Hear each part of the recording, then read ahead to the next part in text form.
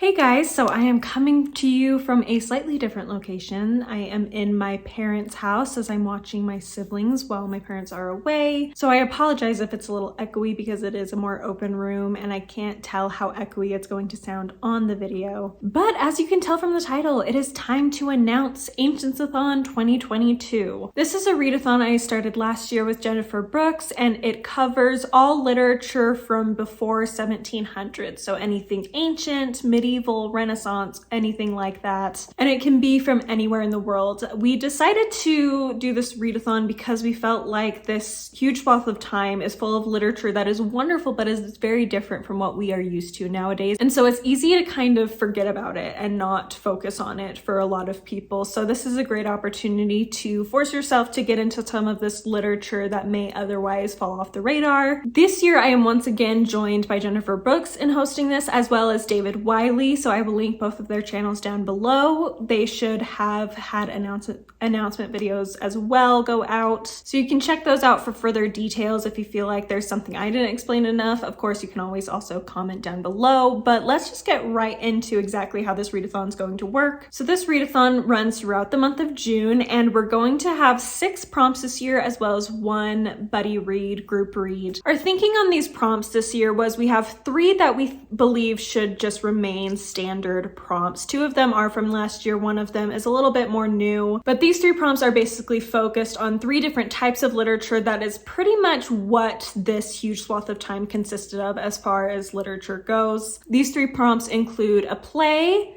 nonfiction, and poetry. So those 3 types of literature are very just what was out there. There weren't really very many novels. Towards the end of this huge swath of time, you definitely can find some novels, but there weren't a lot. And we feel like if you want to read a novel, we do have our 3 other prompts that can cover those. But the majority of what you can read from this swath of time is going to be a play, poetry, and or nonfiction. So those are our first 3 prompts. The second 3 prompts, we each were able to come up with our own. So between the 3 co-hosts, we each came up with our own prompt to go with this.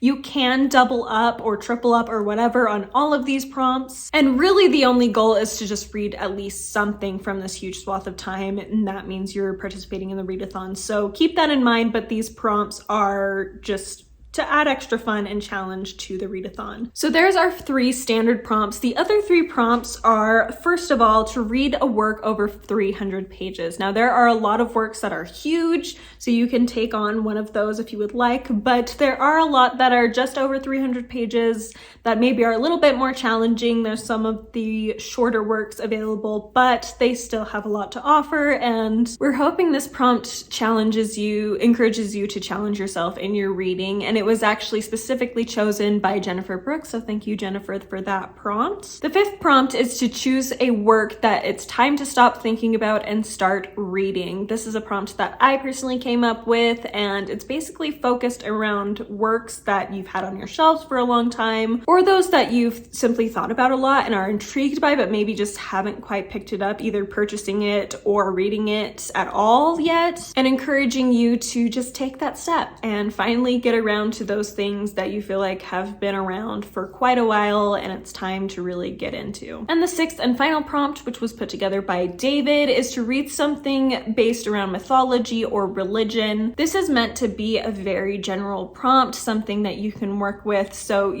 any of these prompts you can bend as much as you want. Obviously the over 300 pages one, there is a specific idea around that, but you can still play with how you're going to pair that up with other prompts, whatever you want to do.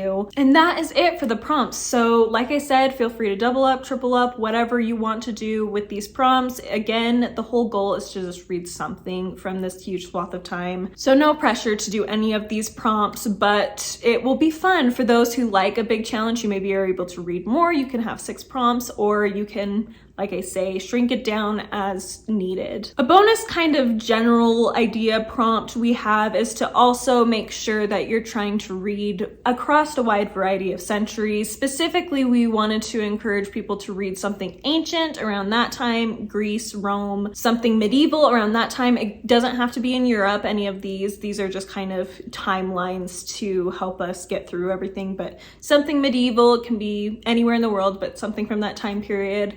And and something Renaissance. So that's kind of an idea as well if you want to really try to challenge yourself to spread your reading across the centuries. And finally, we have the group read. So this year we've chosen to do The Book of the City of Ladies by Christine de Pizan. This is a book, an allegory following a city that's full of ladies, as per the title. It was written in 1405, and it's meant to just show how women have really impacted society, how individual women have impacted society throughout history as of that time, and it just sounds fascinating and I think will make a great discussion read. So we're really excited to be reading that. I don't think any of the hosts have read it at all, so it will be new to all of us, which is just really exciting. And finally, just a few other housekeeping items I wanted to bring up. First of all, last year we did have a Goodreads group discussing the readathon and everything going on. We've decided this year to do away with that just because last year neither Jennifer nor I ever really looked at it. So it just ended up being kind of a waste. And unfortunately, I feel like Goodreads just doesn't have a very good readathon type messaging board. Maybe someday we'll be able to find something that will work better for things like that, but as of right now, we're just not going to worry about that. I believe we as co-hosts will each try to get at least one video out during the month of June that is specifically about Ancientsathon and works of literature from this time. Additionally, we do intend to have some sort of video towards the end of the month that will be discussing the Book of the City of Ladies and just wrapping up the readathon. Due to conflicting schedules, we're trying to decide if it's going to be a pre-recorded situation or if we're going to try to do a live discussion at the end of the month, or if we're going to find some way else to discuss this book in a video format. So be looking for that. I'm not sure whose channel it will be on, but we'll let you know as it gets closer. But yes, that's everything. Thank you so much for watching. I hope you are intending to join the readathon if you can. Please be sure to let me know down below some books you're kind of looking forward to picking up, some works you're challenging yourself to read after how many years of wondering if you were going to get to it. And if you end up doing a TBR for the month, please let us know down below as well, so that I can be sure to add you to the playlist of Ancientsathon TBRs for the year. I'm so looking forward to doing this readathon again. I hope you are as well, and I will talk to you next time. Bye!